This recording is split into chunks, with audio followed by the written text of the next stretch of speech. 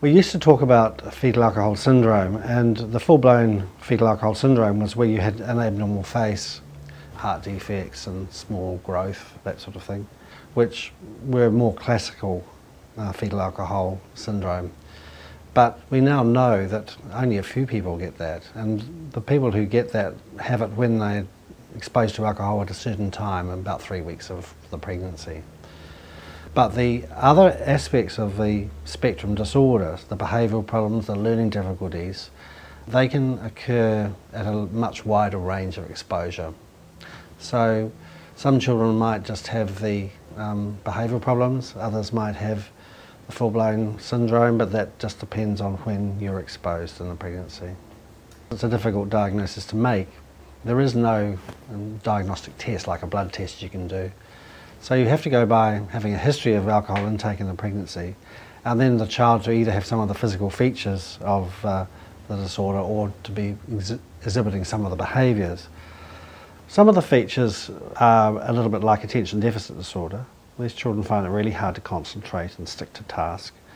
They have quite good social skills, so they can say hello and converse superficially, but there's no depth to that skill.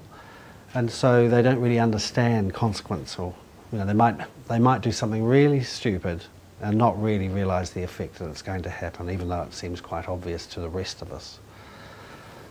Those sorts of features are typical of fetal alcohol spectrum disorder, and those children often come and see me because A, they're struggling in class and people think, oh, well, maybe there's a medical reason.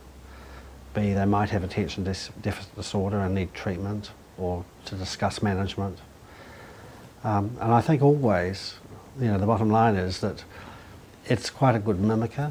These children might also appear to have features of autism, but there's a little bit of everything can go along with fetal alcohol exposure. It's a dangerous thing.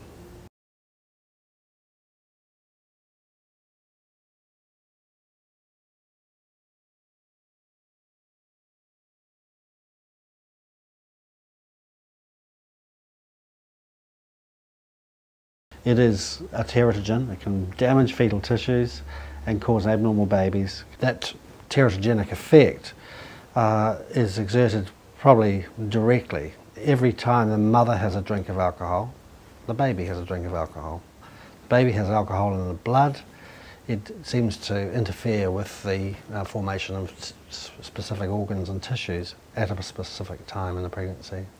We should remember that when you have a drink and you have a baby on board, your baby has that drink as well. If you drink a lot, the baby will get drunk.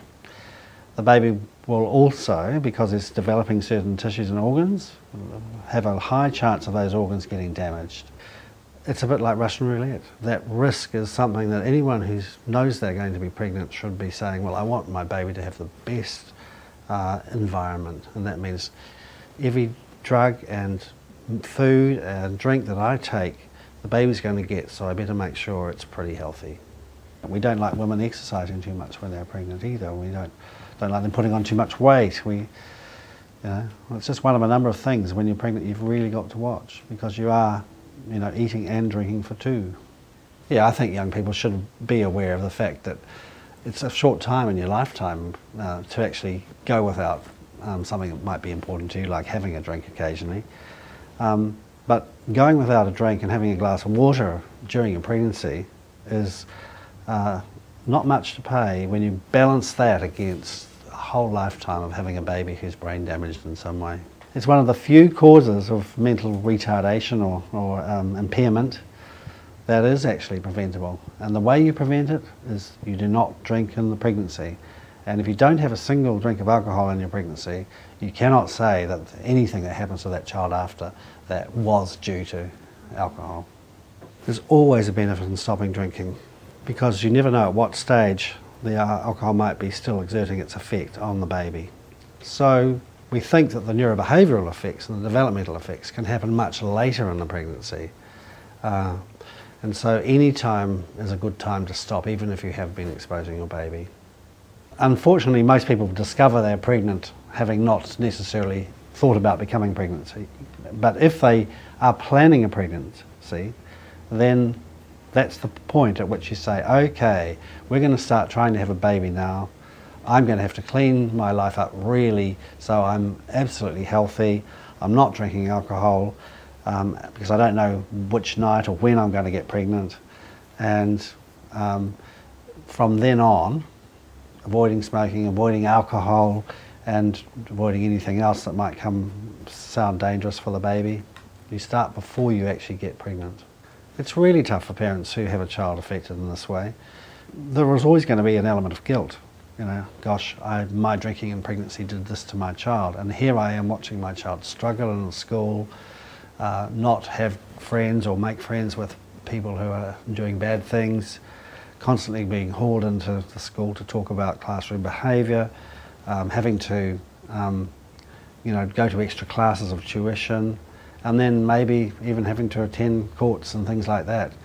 So everybody's life in the family is disrupted by that. And yes, it doesn't just happen as a once only, it's there for your lifetime and that child's lifetime.